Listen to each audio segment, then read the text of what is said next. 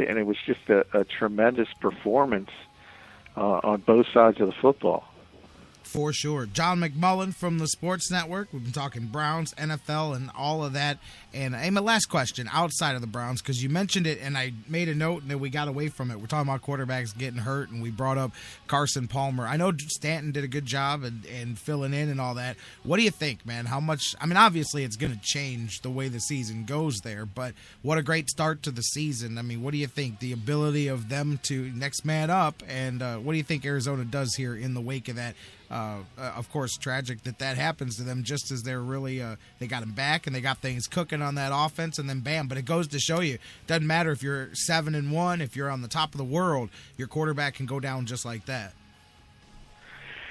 Yeah, and I think Drew Stanton, maybe not a big name, but he is one of the better backups in the league. They won 2 of 3 with him before this season when Carson Palmer was down with a nerve injury, so they kind of know, they kind of understand, but this was a team that was a legitimate Super Bowl contender with Carson Palmer. Could have been the first team ever to play the Super Bowl in their home stadium. They're 8-1, best record in football. I think they've done enough where they're certainly going to be able to reach the postseason. But as far as being a legitimate Super Bowl contender, I think that's out the window. It's just not going to happen, and it's so tough for a guy like Bruce Arians, who's, as I said, we might start changing that NFL Coach of the Year and start calling it the Bruce Arians Award, because he's done a tremendous job, and he's going to have to do it again. And I do think he'll get that team to the playoffs, but it's too much to ask them. You're almost. People always point to Jeff Hostetler. He came in for Phil Simms and won the Super Bowl, but that was really, really late in the season, and that was a different time in the NFL when you could run the football and play strong. And that's defense, what they did. Yeah, like those old Giants teams. That's exactly what they did. You can't win a Super Bowl like that anymore. You're going to have to outscore somebody along the way. Maybe you can win a particular game, but to do it consistently from this point through the Super Bowl, it's just not possible. John McMullen from the Sports Network. Always a great conversation. We'll see, man. And we'll talk about the next week. There's some good games coming up. Not only the Browns as they look to go to 7-3, but just looking around the slate of games. A lot of interesting matchups here coming up. Miami continuing to look strong. And San Francisco. By the way, did you see Willis out for the season here? They're not going to get him back there. A lot of things. Talking about Philly, you brought up that game. Philly and Green Bay could be a shootout here coming up this weekend. Rodgers getting at it there with that offense as well. That could be good. And then you got Sunday night, big one on the under the lights, New England and the Colts. That should be a good one as well. Yeah, a lot of good matchups. I think it's going to be 25 I saw in Green Bay this weekend, so I think that'll keep both teams under 40. But I think you're going to see a shootout with Aaron Rodgers and the Eagles. That's holding them anytime down. It's Brady Manning, but Brady Luck's pretty good too. It sure is. Absolutely. That's going to be a hell of a game right there on Sunday Night Football. All right, John McMullen, another great conversation. He'll be back with us on Monday next week, and we'll talk about the Browns. We'll see how they come out of that Houston Texans game and look forward to the final 6-game stretch. Plus, John McMullen, by the time we talk on Monday, Josh Gordon will be on the practice field for the first time this season for the Browns. So we'll talk about all of that and all the NFL stuff like we do. Can't wait for Monday, John. Yeah, it's always fun. And tell everyone not to have too many nightmares over J.J. Watt. You just keep it to 2 sacks and you move on. That's it, man. That's it. I'm telling you, man. I'm with you. That's because that's the one comment we get from everybody. It's, man, J.J. Watt, J.J. Watt, J.J. Watt. Exactly. So I'm sure Brian Hoyer is going to be having a few nightmares about him before. If he's not having nightmares afterwards, then that means we did a decent. Have a great one. Enjoy the games. We'll talk on Monday. All right. Thanks, buddy.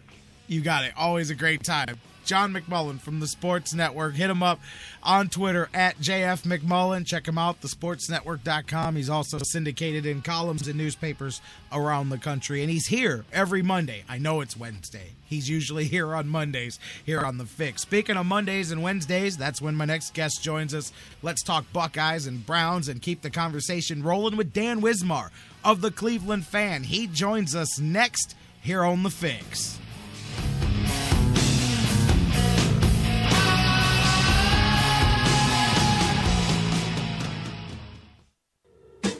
The Sports Fix, your choice for intelligent talk. That was wonderful. Bravo! I loved that. Oh, it was great. Intelligent talk. Well, it was pretty good. Well, it wasn't bad. Well, there were parts of it that weren't very good, though. It could have been a lot better. I didn't really like it. These guys must be on the wrong station. It was pretty terrible. It was bad. It was awful. It was terrible. Get him away! Hey, boo! Boo! The Sports Fix. Guys, want to take just a second as we head into this break and remind you about the official business printing source of the Sports Fix, our friends at Signs and Ship. Signs and Ship, I'm telling you, Chris and Pam, they've taken care of me since day one, and they can do the same for you. Whether you're a small business that's already been established and you're looking to grow to that next level and expand your business, or perhaps you've got an idea that you just know is going to be a great business and you need to figure out how to brand it and how to promote it and put it out there, Signs and Ship is the place for you. If you need a logo, they can create one for you. They have a fantastic graphic designer. Business cards, signs, banners, yard signs, mobile advertising, anything you can think of that you need to promote your business, they've got it at Signs and Ship. The best thing about them, too, is each of their locations, whether it's the home base here in Elyria, Ohio that I work with, or their spots in Virginia, Florida, and Pennsylvania, it's all local sourced. Very important to me because we all understand that small business is the lifeblood of the community. So check them out, signsandship.com, or call Chris and Pam today, 440-323-6060, the home office in Elyria, Ohio. Signs and Ship, quality printing at affordable prices. It's the Sports Fix. We'll be right back. Football season is party season at Harry Buffalo North Olmsted. Everyone wins at Harry Buffalo. Every Saturday is Coors Light College Football Saturday with $6 pitchers, 4 bottles for $10, and the Buckeyes in full HD. Football season is most definitely party season, and your headquarters is Harry Buffalo North Olmsted all winter long. Harry Buffalo, join the herd.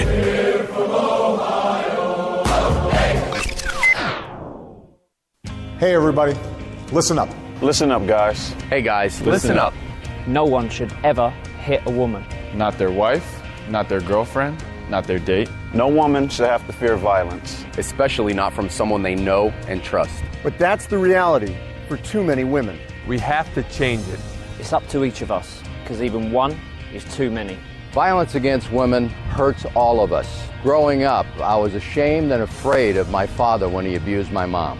The worst abuse of power is when a man raises his hand to hurt a woman. We all have to take responsibility. So if you see someone threatening a woman, step up, speak out, and get help. Dating violence hurts all of us. So step up and help end it. Because one is too many. One is too many. End the violence. Because it's wrong. Because one is too many. Hey, you guys are rocking with Reggie Germany, former wide receiver of the Buffalo Bills and Ohio State Buckeye. You're rocking with the Sports Fix. Kontakt lieben, glauben, globen. All right. I got something to say. Yeah. It's better to burn out. Yeah.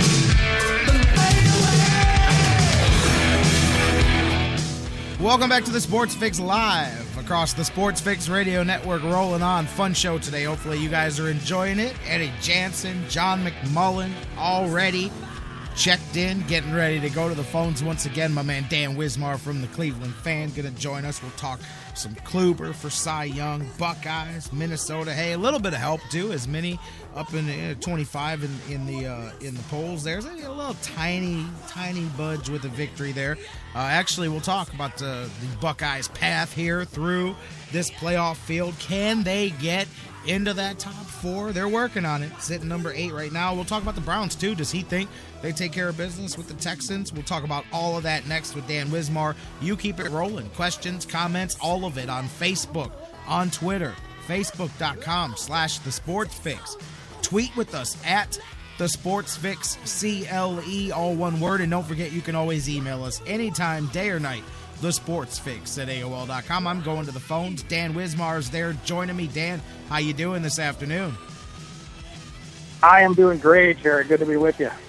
Good to have you here, as always. It's Corey Kluber Appreciation Day. I'm seeing Indians are going to town on their social media with it today. They're giving away, by the way, if you guys are looking to win some stuff, I saw they're giving away autographed Corey Kluber ball here, a couple of other things.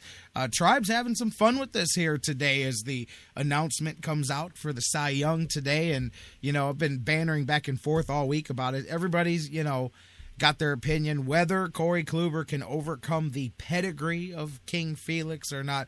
Fun to see. I love watching Indians Twitter. It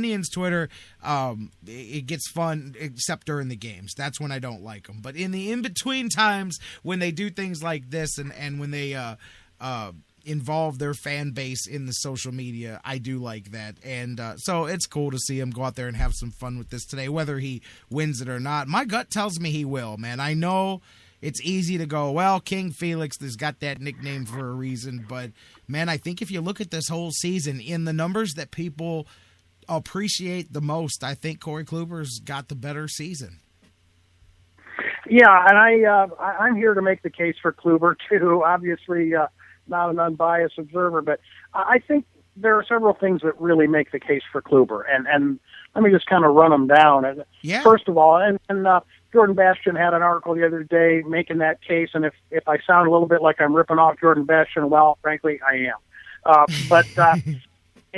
The first thing to remember, and it's something that he pointed out, think about the defense that Corey Kluber pitched in front of this year, and consider that when you talk about not only victories but everything else. You're sure ERA is supposedly, doesn't take errors into account, but it does take into account things like, failing to turn a double play or, dropping a relay at first base on the double play ball, which we saw countless times this year.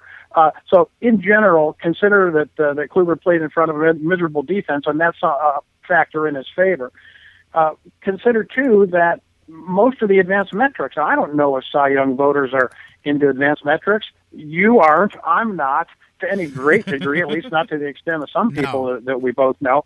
But the advanced metrics in terms of WAR and those stats favor Kluber from everything that I'm told. Also, think about how clutch Kluber was down the stretch. I did a little bit of looking this morning before the show to look up, because I was aware that Felix Hernandez was 3, something like that, in the first week of August. I verified that he was 12-3 as of the 11th of August. So he went through, and one of those 3 wins was the final game of the season when they were already eliminated. So in terms of clutch performances, down the last 7 weeks of the season, after August 11th when he won his 12th game, he won 1 game between then and the end of the year, or over a 7-week period, and took 3 losses, including several of which he was just really knocked around. And finished up 15-6, won his 15th game, as I said, in the last game of the year. Meanwhile, Corey Kluber pitched some of his best games when the pressure was really on down the stretch. And I didn't go back and look at start-by-start for him, but we all know that coming down the stretch in September and August, Corey Kluber was lights out, pitching against some quality opponents, and really just he stepped up when he had to. And I think it's fairly clear by contrast that, down the stretch, Hernandez wasn't, at his best. Had a brilliant first half, and really you can go all the way up to the end of July, and when he was, had an 11-2 record. Well, from that point on, he didn't win a whole lot of games. So I just look at those things and figure that the people that are serious about their votes are going to take a good look at it. Plus, 18 wins to 15 wins. I mean, the first thing you do when you consider who wins a Cy Young Award, and really, even though it occasionally goes to a reliever, it's basically a starting pitcher kind of an award for the most part. You look and see who won the most games. And, when there's a discrepancy, obviously there's factors involved, and ERA is a consideration as well. But let's face it, Corey Kluber led the American League in wins, and Hernandez had 3 fewer than that. And they were both teams that were fighting for a wild card spot. So it's not like one guy was playing for a last place team and the other was playing for a contender. So all those factors together, I mean, I think you can make a serious case for Kluber, and you just hope that the voters were serious about it and didn't just go with the guy that was better known. Yeah, you made the same points when I was talking about it here.